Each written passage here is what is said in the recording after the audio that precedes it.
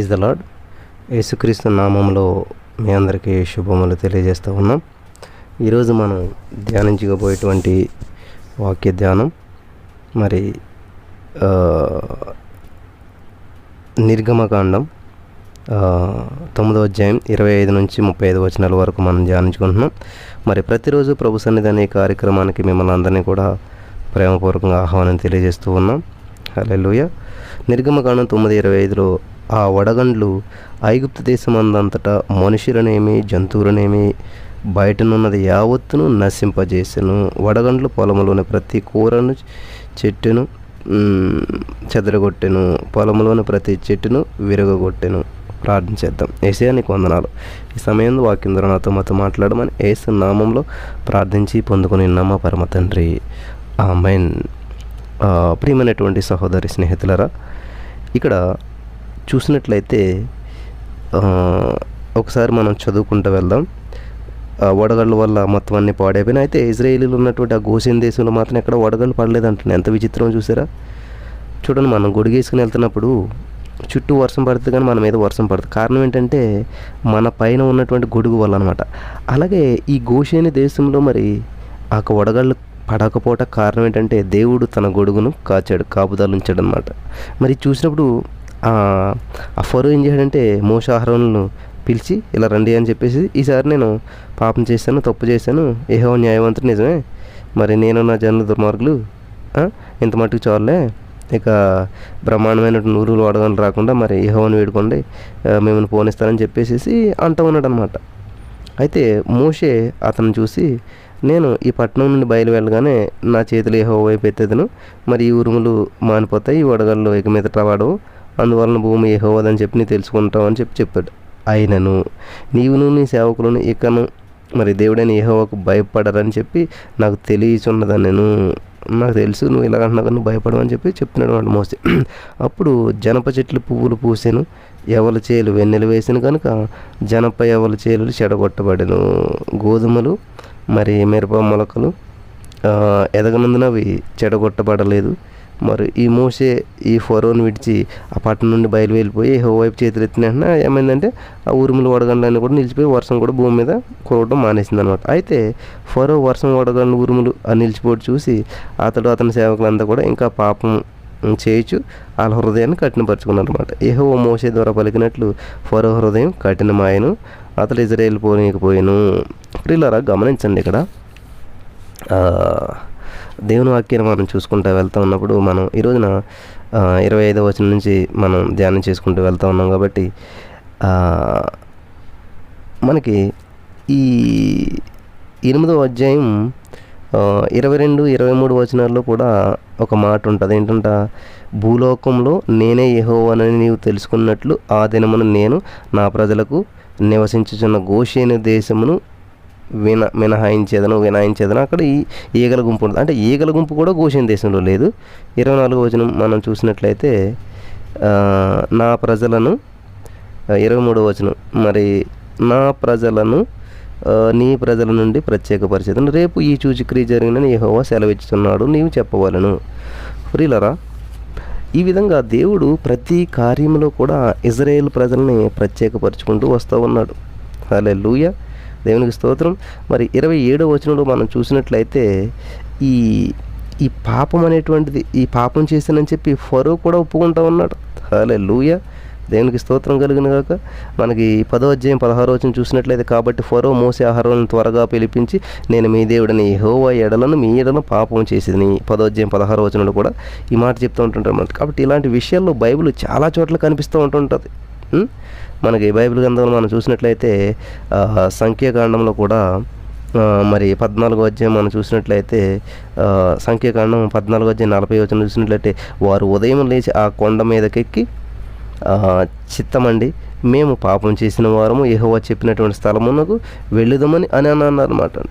అదేవిధంగా మరి 22వ అధ్యాయం 34వ వచనం, యెహోషువ 7వ అధ్యాయం 20వ వచనం, 1 సమూయేలు గ్రంథం 15వ అధ్యాయం 24వ వచనం, 2వ సమూయేలు గ్రంథం 12వ అధ్యాయం 13వ వచనం, 24వ అధ్యాయం 10వ వచనం, మత్తయి సువార్త 27వ అధ్యాయం 4వ వచనం, ఇవన్నీ చూస్తే ఇక్కడ మనకి పాపం చేసామని చెప్పి ఒప్పుకోవడం మనకు కనిపిస్తుంది. అయితే ఇలా ఒప్పుకోవడం హృదయపూర్వకమై ఉండాలి తప్ప ఇది నోటితో తప్పు అయిపోయిందని అంటే సరిపోతుందన్నమాట. అయితే పశ్చాత్తాపంతో పాటు దేవుని వైపుకు తిరగడం అనేటువంటిది చాలా ఇంపార్టెంట్ అనమాట.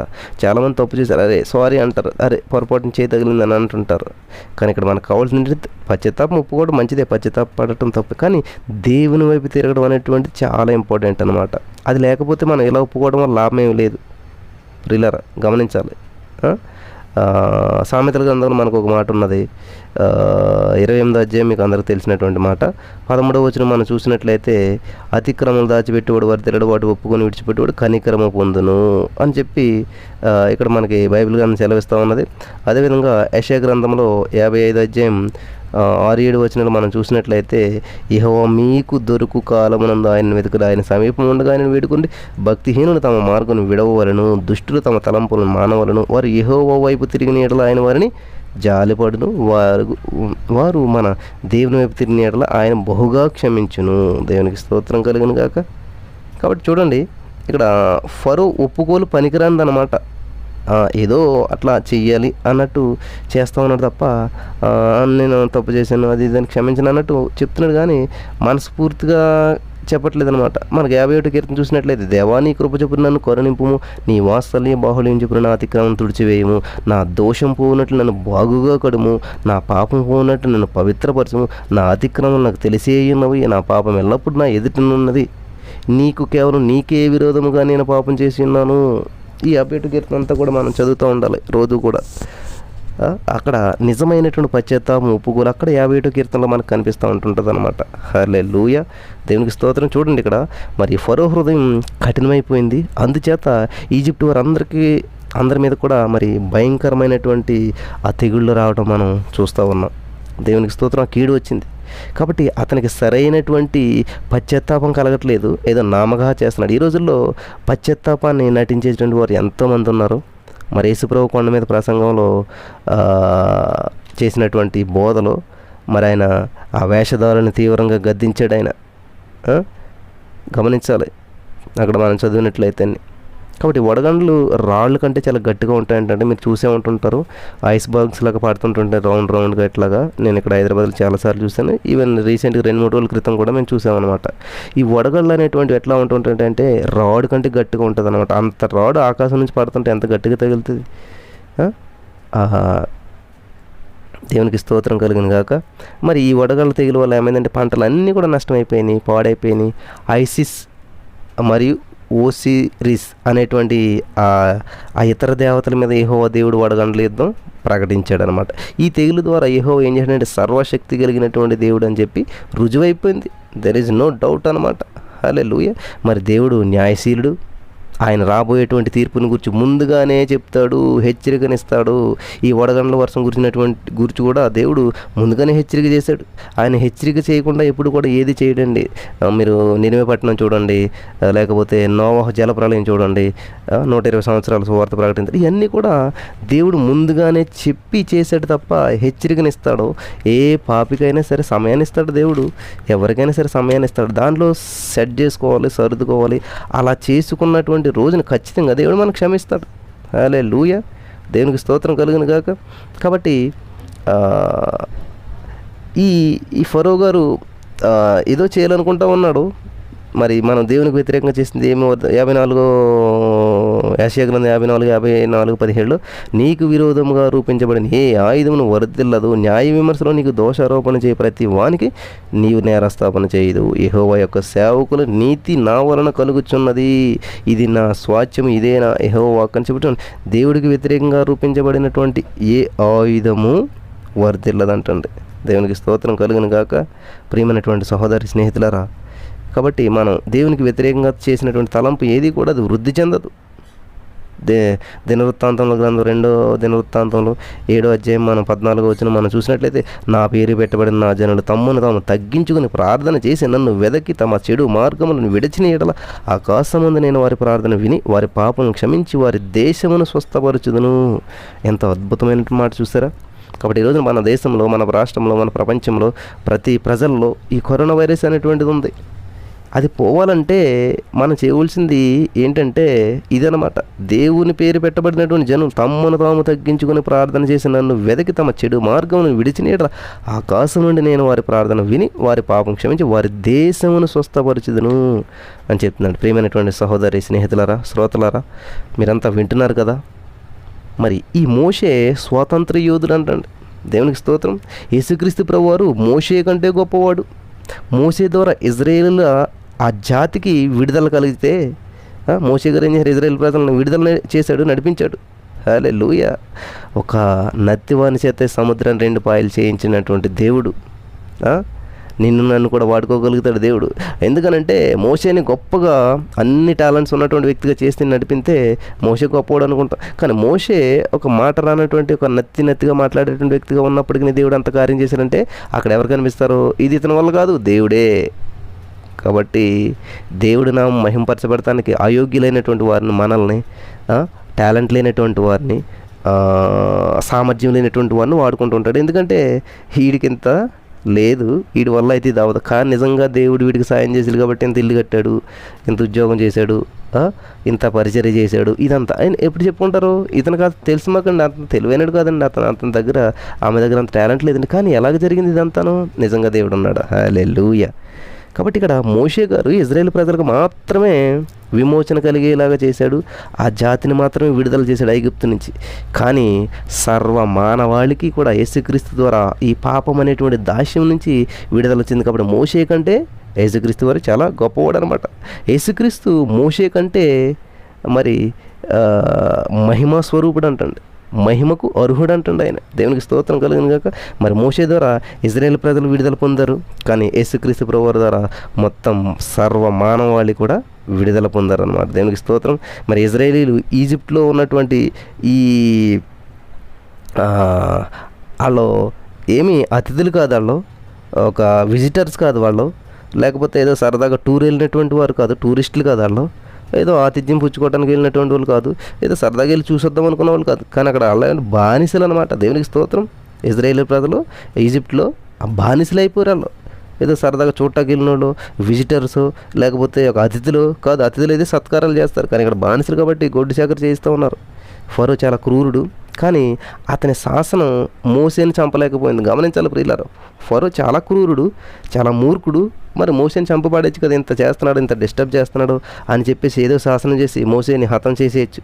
కానీ మోసే శాసనం ఏది కూడా ఎంత క్రూరుడైనప్పటికీ ఫరో గారి శాసనం ఎంత ఫరో ఎంత క్రూరుడైనా అతని శాసనం ఎంత కఠినమైంది, కానీ ఈయన్ని మోసే గారిని ఏమీ చేయలేకపోయింది. హల్లెలూయా. దేవునికి స్తోత్రం. అలాగే మీరు గమనించినట్లయితే యేసుక్రీస్తు ప్రభువారు బాల్యంలో శిశువుగా ఉన్నప్పుడు హేరోదు గారి యొక్క శాసనాలు చాలా కఠినమైనట్టుగా కనిపిస్తాయి మనకు. ఆ హేరోదు చేయించినటువంటి శాసనాలు యేసుక్రీస్తు ప్రభువుని చంపలేకపోయింది. శిశువులందరినీ నరికించేయాలి, తలలు తీయించాలని ఎన్నో కఠినమైన శాసనాలు పెట్టినప్పటికీ ఎటువంటి శాసనమైనా కానీ యేసుక్రీస్తు ప్రభువారిని సంహరించలేకపోయింది. ఇక్కడ మోషే గారిని కూడా ఎంతో క్రూరమైనటువంటి పెట్టినప్పటికీ ఏం చేయలేకపోయాడు అనమాట. దేవునికి అలాగే మరి హేరోదు యొక్క శాసనం యేసుక్రీస్తు ప్రభువారిని ఎలాగైతే ఏం చేయలేకపోయిందో, మరి మోషే యొక్క శాసనం వీళ్ళిద్దరికి పోలుకులు ఉంటాయన్నమాట. మోషే గారు యేసుక్రీస్తు ప్రభువారికి ముందు గుర్తు. కాబట్టి బానిసలుగా మరి ఎంచబడుతున్నటువంటి జాతిని ఒక మహాజాతిగా ఏర్పరిచి ఆ జాతికి ఒక గొప్ప నాయకుడు అయ్యాడు మోషే గారు అనమాట. ఇజ్రాయేలీలు మరి 4 శతాబ్దాలు అంటే 400 సంవత్సరాల దాస్యంలో ఉన్నారంటండి వాళ్ళు. హల్లెలూయా. ఈ మోషే దేవునికి ఎంతో సన్నిహితుడైపోయాడు, అంటే దగ్గర అయిపోయాడు అనమాట. దేవుని చాలా ముఖాముఖిగా సంప్రదించినటువంటి నాయకుడు ఆయన. ఈ పాత నిబంధనలోని మరి పంచగ్రంథాలు ఏంటి, ఆదికాండం, నిర్గమకాండం, లేవికాండం, సంఖ్యాకాండం, ద్వితీయోపదేశకాండం, ఈ కాండాలన్నీ ఉంటాయి కదండి. ఇవన్నిటిని అంటే 5 ఈ పంచగ్రంథాలని రాసినటువంటి వాడు మోషే అనమాట. మోషే చాలా గొప్ప విమోచన నాయకుడు అండి, విమోచకుడుగా మనకి యూదుల చరిత్రలో నిలిచిపోయాడు ఆయన.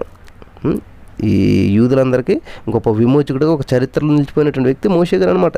ఈ దాస్యం నుండి స్వతంత్ర్యానికి, ఈజిప్ట్ నుంచి వాగ్దత్త భూమికి తన ప్రజలను సమర్థవంతంగా నడిపించినటువంటి మహానాయకుడే మోషే గారు అనమాట. దేవునికి స్తోత్రం. మనకి నిర్గమకాండాన్ని 2 భాగాలుగా మనం చేయొచ్చు, ఎందుకంటే ఒక 40 అధ్యాయాలు ఉన్నాయి కాబట్టి. ఈ 1 నుంచి 10 అధ్యాయాలు అంటే మొట్టమొదటి 10 అధ్యాయాలు మనం ఏమంటామంటే ఇజ్రాయేలీల ప్రజల నిర్గమం అంటే బయటికి రావడం అనమాట. తర్వాత ఏంటంటే 21వ అధ్యాయం నుంచి 40వ అధ్యాయం వరకు మనం చూసినట్లయితే దేవుని ప్రజల ఆరాధనా జీవితం దేవుడు మరి ఆ ప్రజలు ఆరాధించినటువంటి విధానం అన్నమాట. దేవునికి స్తోత్రం. హల్లెలూయా. మరి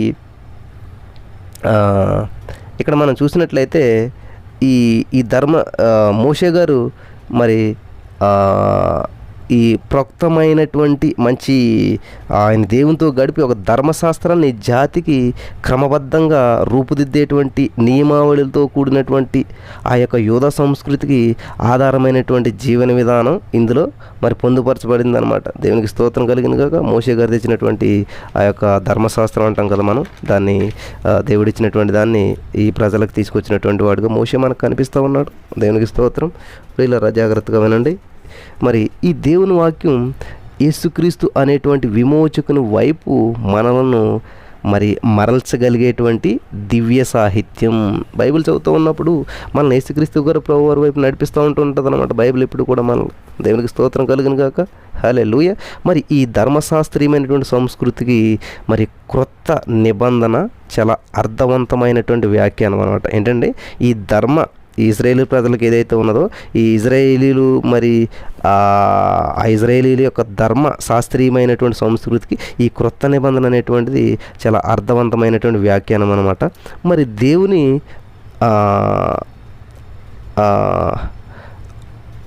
ఆ క్రియలను మనం చూసినట్లయితే చాలా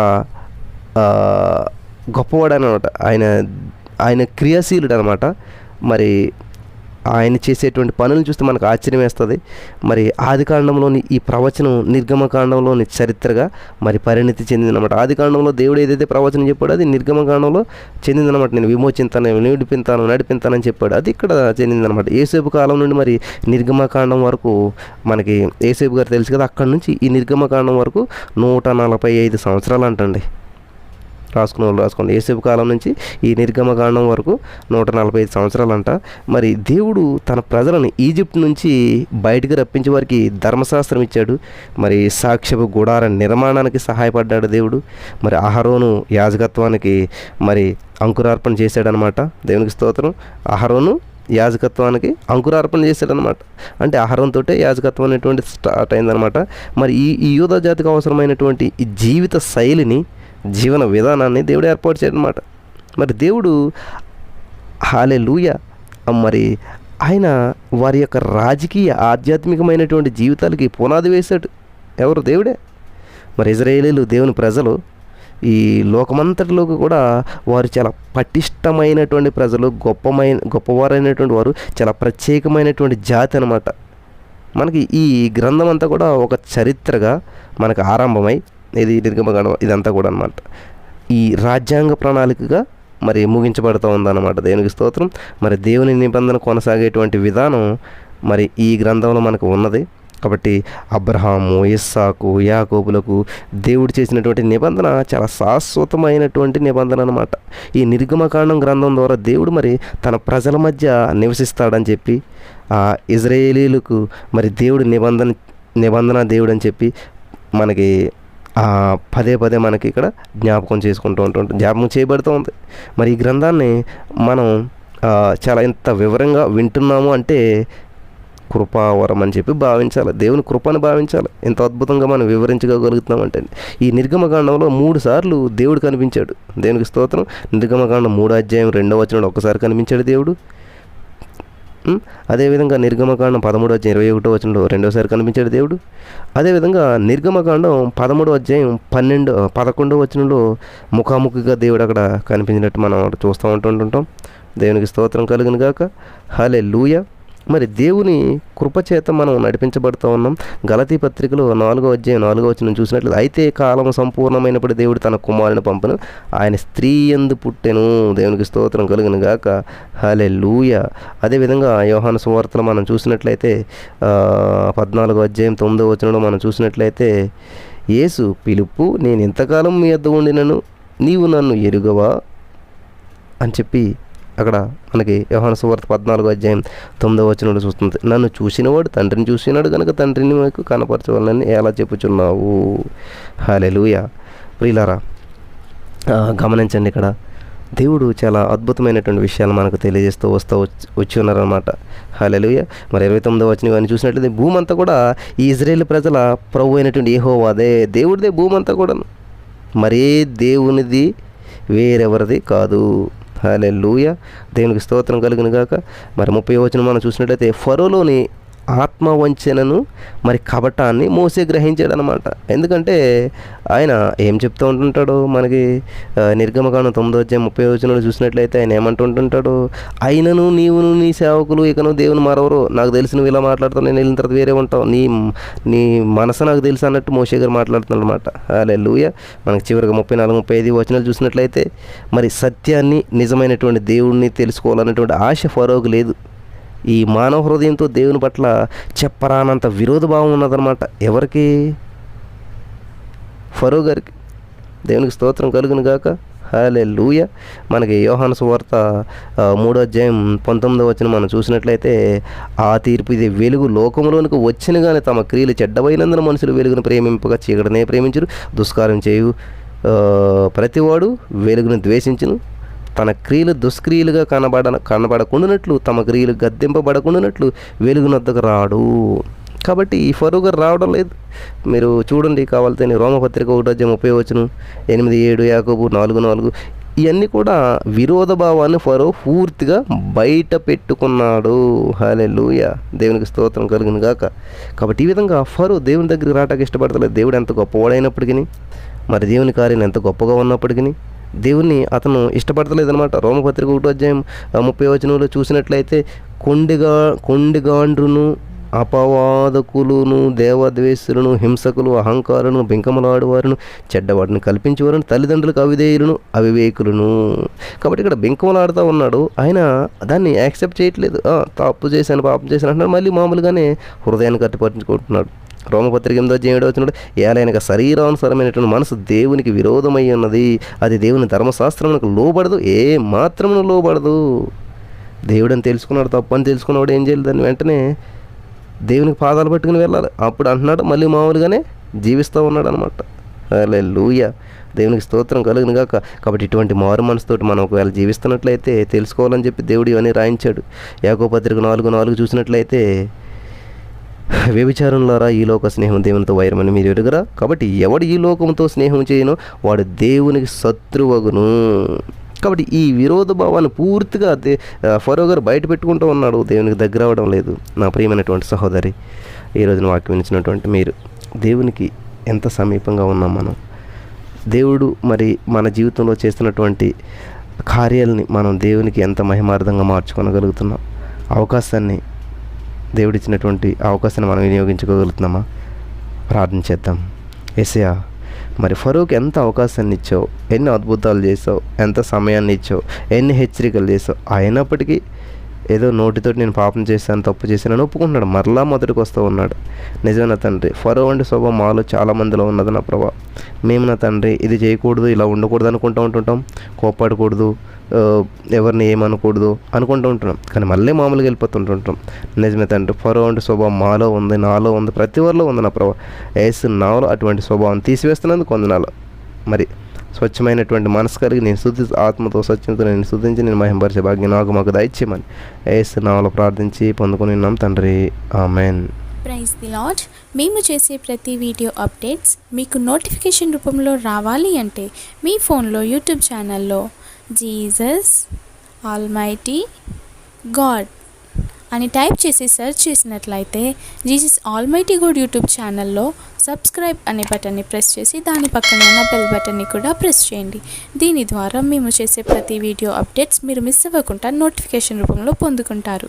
థ్యాంక్